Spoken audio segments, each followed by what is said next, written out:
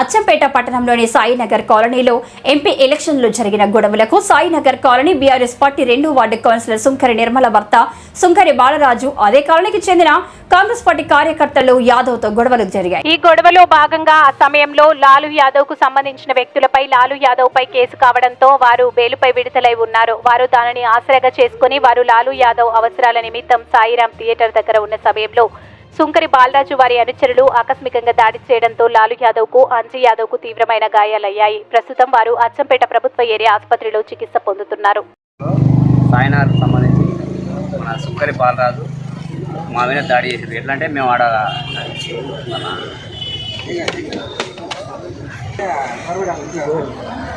సాయినార్ colony మాది లాలు యాదవ్.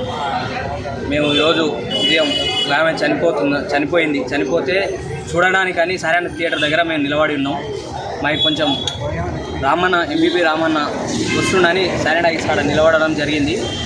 2వ ward councillor సుంకరి బాలరాజు, అదేవిధంగా సుంకరి లింగము, అదేవిధంగా గడ్డం సీను, విష్ణు వీళ్ళందరూ వచ్చి మా మీద దాడి చేయడం జరిగింది. నేను కొట్టడం జరిగింది. అదేవిధంగా నా కాలు మీద కొట్టడం జరిగింది.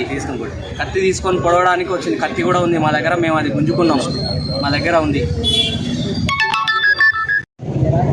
ఏపిస్తుంటే మా మీద వచ్చి సుంకరి బాలరాజు కానీ అలా అనుచరులు కానీ అందరూ వచ్చి దాడి చేసారు. చేస్తే మేము కూడా పోయి మా మీద దాడి చేసినందుకు మేము కూడా పోయి కేసు పెట్టినాం. వాళ్ళు మా మీద కేసు పెట్టారు. మేము బెయిల్ మీద పోయి పోలీస్ స్టేషన్ పోయి బెయిల్ మీద కూడా విడుదల అయ్యి జరిగింది. విడుదల అయ్యి కూడా 2 రోజులు అవుతుంది. అంతే కట్టలు కర్రలు పట్టుకొని ఇంటి మీదకి దాడులు ఊకే రోజు తిరగడం జరుగుతుంది గల్లీలా.